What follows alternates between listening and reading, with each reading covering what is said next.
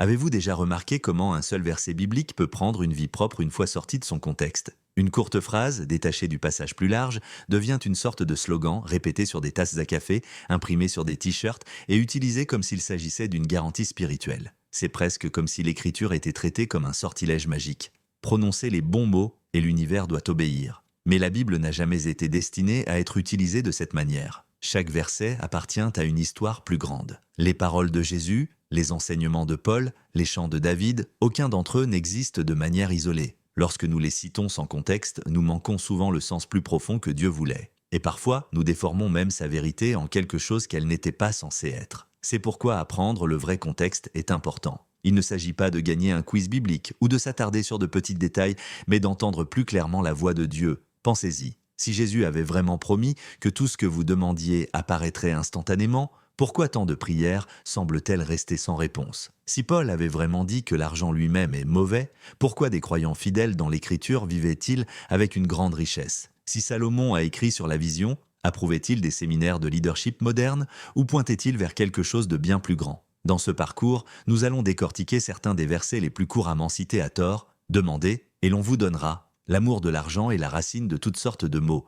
Quand il n'y a pas de vision, le peuple périt. Et bien d'autres. Pour chacun, nous allons explorer les couches de la culture, de l'histoire et de la théologie pour découvrir ce que Dieu voulait réellement dire. Ainsi, la prochaine fois que quelqu'un vous lancera un verset comme s'il s'agissait d'un chèque en blanc ou d'un slogan motivant, vous saurez comment faire une pause, creuser plus profondément et découvrir la vérité derrière les mots. Après tout, le contexte ne change pas seulement la façon dont nous lisons la Bible, il change la façon dont nous la vivons.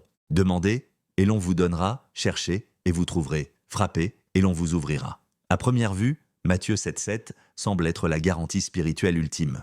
Pour certains, c'est comme si Jésus distribuait un chèque divin en blanc. Nommez-le, revendiquez-le, et c'est à vous. Mais quand nous prenons du recul et lisons le passage dans son contexte, l'image change radicalement. Quelques versets plus loin, Jésus explique « Si donc, vous qui êtes mauvais savez donner de bonnes choses à vos enfants, combien plus votre Père qui est dans les cieux donnera-t-il de bonnes choses à ceux qui les lui demandent » Matthieu 7,11. La version de Luc accentue encore plus ce point. Combien plus le Père céleste donnera-t-il le Saint-Esprit à ceux qui le lui demandent Luc 11,13. La véritable promesse n'est pas que Dieu nous donnera tout ce que nous gribouillons sur notre liste de souhaits, mais qu'il sait nous donner ce qui est vraiment bon. Pensez à un parent. Si un enfant demande un couteau aiguisé pour jouer, aucun parent aimant ne le lui donnerait. Non pas parce qu'il n'aime pas son enfant, mais parce que son amour l'oblige à protéger. De même, la bonté de Dieu ne se mesure pas à la fréquence avec laquelle il satisfait nos désirs immédiats. Elle se mesure à la perfection avec laquelle il nous donne ce dont nous avons réellement besoin, même lorsque ce besoin ne correspond pas à ce que nous avons demandé. Les érudits notent que les verbes « demander »,« chercher »,« frapper » sont écrits au temps continu, impliquant la persévérance. La prière n'est pas une transaction avec un distributeur automatique, mais une relation continue. Dans la tradition juive, la prière consistait moins à exiger des choses de Dieu qu'à aligner sa vie sur sa volonté. Jésus poursuit cette ligne de pensée. Le plus grand don du Père n'est pas le succès matériel, mais sa présence même par le Saint-Esprit. Quand nous persévérons dans la prière, quelque chose de remarquable se produit. Nous commençons à changer. Ce que nous cherchons se transforme, ce que nous frappons pour évolue. Le vrai trésor n'est pas dans la porte qui s'ouvre à nos demandes, mais dans le fait de découvrir que Dieu lui-même est celui qui attend de l'autre côté. Alors oui, demandez avec audace, cherchez avec passion, frappez avec confiance. Mais souvenez-vous, la prière ne consiste pas à tordre le bras de Dieu, il s'agit de façonner votre cœur pour lui faire confiance. Car parfois, la prière sans réponse est la manière même dont Dieu répond avec sagesse.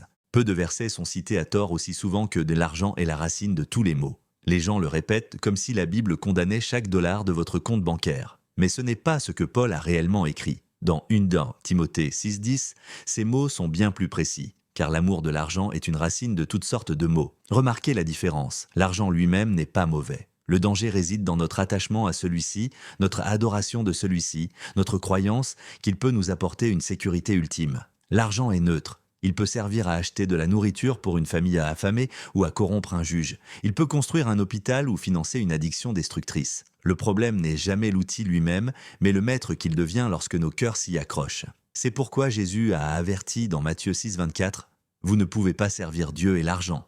Il n'a pas dit que vous ne pouvez pas avoir les deux, mais que vous ne pouvez pas servir les deux. L'un finira par posséder votre cœur. L'histoire regorge d'exemples. Dans la Rome antique, les sénateurs achetaient et vendèrent souvent leur influence politique avec des pots de vin érodant lentement la République de l'intérieur. À l'époque moderne, nous avons vu des scandales financiers comme l'effondrement d'Enro ou la crise du logement de 2008, où l'avidité a conduit des individus et des entreprises à la ruine, non seulement la leur, mais aussi celle de millions d'autres. Le modèle n'a pas changé. L'amour de l'argent nous aveugle, nous séduit et finit par nous transpercer de chagrin, comme Paul l'avait averti. La Bible montre également des hommes et des femmes fidèles qui étaient riches, mais vivaient avec droiture. Abraham possédait de grands biens, mais il faisait plus confiance aux promesses de Dieu qu'à ses richesses. Lydie, une femme d'affaires prospère dans Acte 16, a utilisé ses ressources pour soutenir l'Église primitive. Leur richesse n'était pas le problème, leur adoration était au bon endroit. La vraie question n'est donc pas « Combien d'argent avez-vous ?» mais à quel point l'argent vous possède-t-il ? Guide-t-il vos décisions? Définit-il votre identité?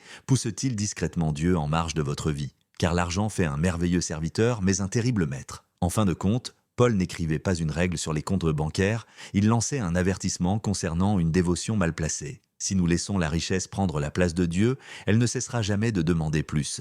Mais quand Dieu est premier, l'argent est libéré pour devenir ce qu'il était censé être. Un outil de générosité, pas une chaîne pour l'esclavage. Quand il n'y a pas de vision, le peuple périt. À première écoute, ce proverbe semble appartenir à une affiche d'entreprise ou à un séminaire de leadership. Nous imaginons Salomon nous exhortant à créer des plans quinquennaux audacieux, à organiser des retraites stratégiques et à fixer des objectifs inspirants. Mais ce n'est pas ce que le verset enseigne réellement. En hébreu, le mot traduit par vision est azon, qui ne se réfère pas à l'ambition humaine mais à la révélation divine. Ce n'est pas le tableau de vos rêves sur votre mur, c'est la parole révélée de Dieu. C'est pourquoi la deuxième partie du verset, souvent ignorée, dit « Mais heureux celui qui garde la loi ». La vision, dans ce contexte, ne concerne pas les rêves personnels. Elle concerne la vérité de Dieu guidant son peuple. Lorsque nous enlevons le contexte, le verset devient un slogan de motivation. Mais lorsque nous le ramenons à ses racines, il devient un avertissement spirituel. Sans la révélation de Dieu, les gens perdent leur boussole morale. Ils ne se contentent pas de dériver,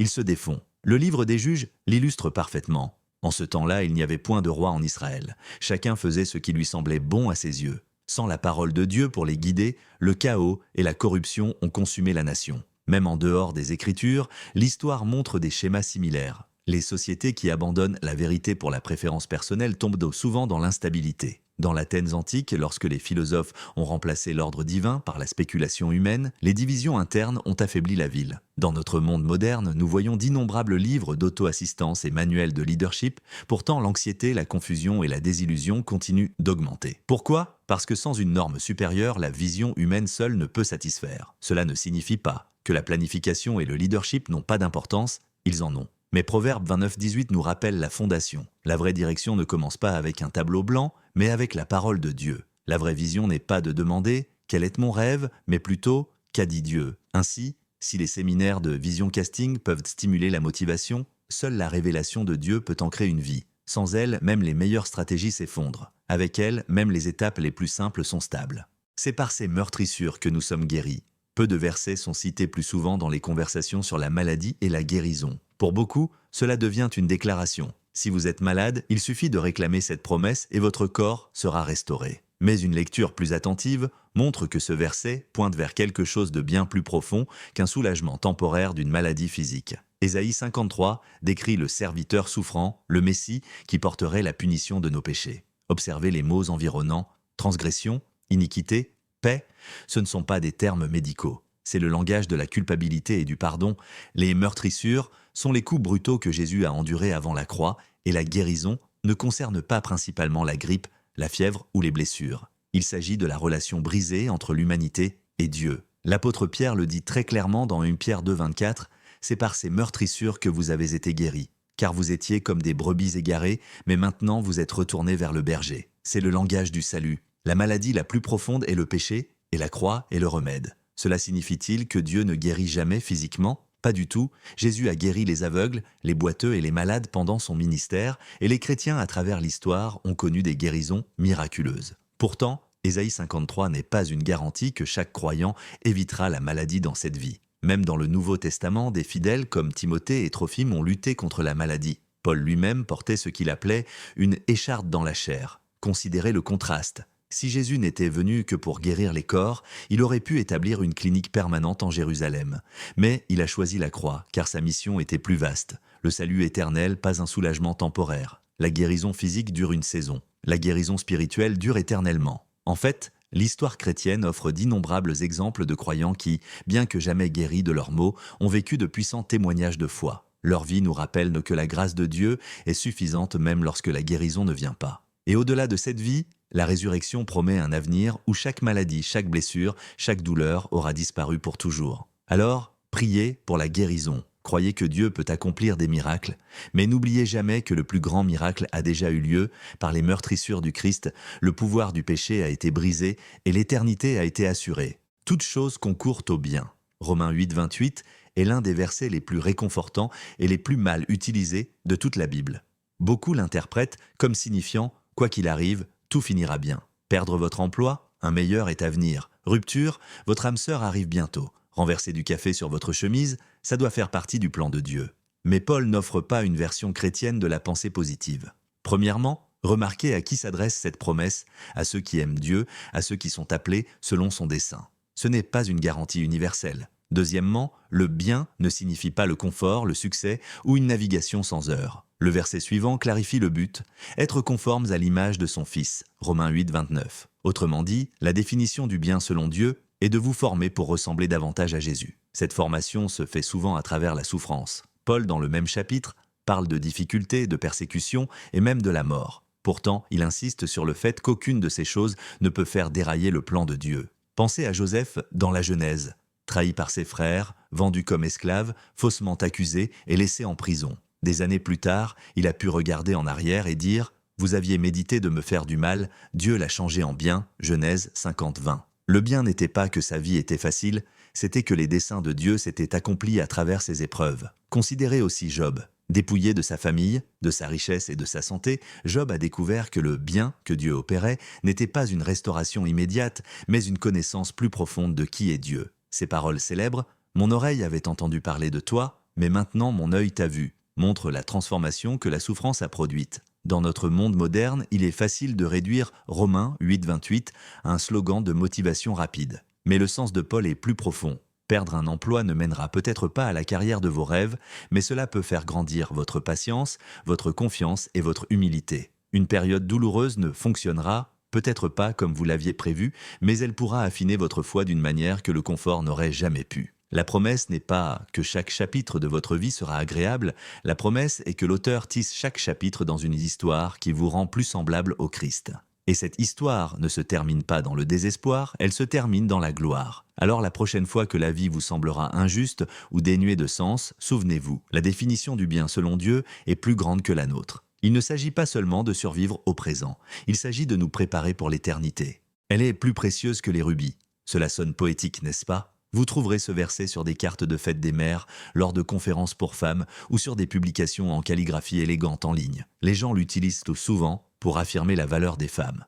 Et bien que cela soit encourageant, ce n'est pas réellement de quoi Salomon écrivait. Dans Proverbe 3, le « elle » n'est pas du tout une femme, c'est la sagesse. Salomon personnifie la sagesse comme une femme, la rendant vivante et mémorable, surtout pour son fils, le public principal du livre. Le point est clair, la sagesse, la vérité de Dieu appliquée à la vie, est plus précieuse que les trésors les plus rares sur terre.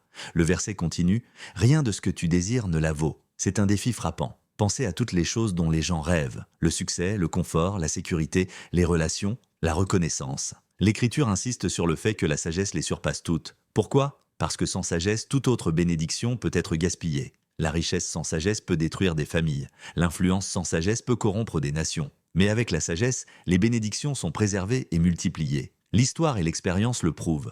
Les royaumes antiques sont tombés non pas simplement par manque de soldats ou de ressources, mais parce que leurs dirigeants ont abandonné la sagesse pour l'orgueil. À notre époque, nous sommes entourés d'informations, données infinies, opinions et astuces de vie. Pourtant, malgré toute cette connaissance, les gens trébuchent encore dans des choix destructeurs. Pourquoi ? Parce que l'information n'est pas la sagesse. La sagesse vient de la crainte du Seigneur, de la marche dans ses voies et de l'application de sa vérité à la vie quotidienne. Proverbe 3, 16, 17 décrit les récompenses de la sagesse. Longue vie, honneur, chemins agréables et paix. Ce ne sont pas de simples avantages matériels. Ils sont le fruit d'une vie en accord avec l'ordre de Dieu. Les rubis peuvent être volés, la beauté s'estompe, les réalisations perdent leur éclat, mais la sagesse demeure, façonnant une vie qui perdure. Alors oui, dites aux femmes de votre vie qu'elles sont précieuses. Mais ne manquons pas le point plus profond de Salomon. Ce qui enrichit véritablement la vie d'une personne, ce ne sont pas les possessions, le charme, ou même l'approbation humaine, c'est la sagesse. Parce que la sagesse est le trésor qu'aucun voleur ne peut dérober, qu'aucune rouille ne peut corroder et qu'aucune circonstance ne peut annuler. Arrêtez et sachez que je suis Dieu.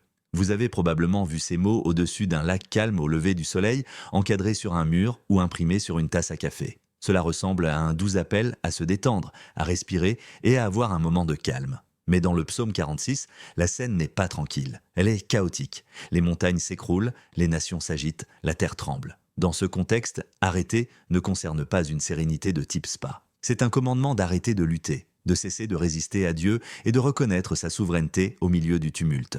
Il s'agit moins de trouver le calme intérieur que de s'incliner devant le roi qui règne sur toute la création. La seconde moitié du verset le rend très clair. « Je serai élevé parmi les nations, je serai élevé sur la terre ». C'est une déclaration globale de la suprématie de Dieu. Il ne chuchote pas seulement du réconfort aux individus. Il déclare sa domination ultime sur les armées, les royaumes et l'histoire elle-même. Pourtant, l'application personnelle reste puissante. Si Dieu peut apporter l'ordre aux nations en guerre, il peut apporter la paix à votre cœur agité. Ésaïe 54, 17 offre un encouragement parallèle. Toute arme forgée contre toi sera sans effet. Ce n'est pas une garantie que les attaques ne viendront pas. Des armes seront forgées, des ennemis se lèveront, des épreuves frapperont. Mais Dieu promet qu'elles n'atteindront pas leur but. L'exil avait malmené Israël. Pourtant, Dieu leur rappela qu'aucune puissance terrestre ne pouvait faire dérailler son plan d'alliance.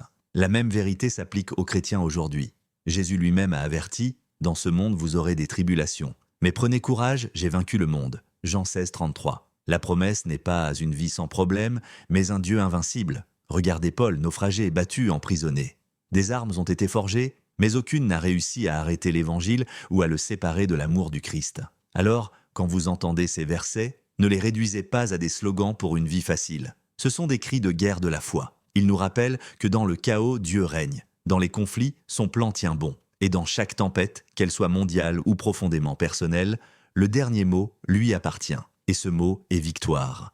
Ne touchez pas à ce qui est impur. Pendant des générations, ce verset a été utilisé comme une liste d'interdits. Ne regardez pas ce film, n'écoutez pas cette musique, ne fréquentez pas ces gens, mais Paul n'énonçait pas des restrictions culturelles. Il mettait en garde contre le compromis spirituel. L'église de Corinthe vivait dans une ville débordante de temples d'idoles, de fêtes païennes et de rituels célébrant de faux dieux. Être séparé signifiait refuser de participer à des pratiques de culte qui déshonorèrent le Christ. La chose impure ne concernait pas les vêtements, la nourriture ou les passe-temps. Il s'agissait d'idolâtrie. Le message de Paul n'était pas « isolez-vous de la société ». C'était « ne laissez pas votre cœur s'emmêler dans le péché ». Et cela est cohérent avec la propre prière de Jésus dans Jean 17. « Je ne te prie pas de les ôter du monde, mais de les garder du mal ». La sainteté ne signifie pas se cacher. Elle signifie vivre différemment tout en aimant profondément. Jésus mangeait avec les collecteurs d'impôts, touchait les lépreux et s'engageait auprès des exclus. Pourtant, il n'a jamais compromis sa mission ou sa pureté. Aujourd'hui, ne touchez pas à ce qui est impur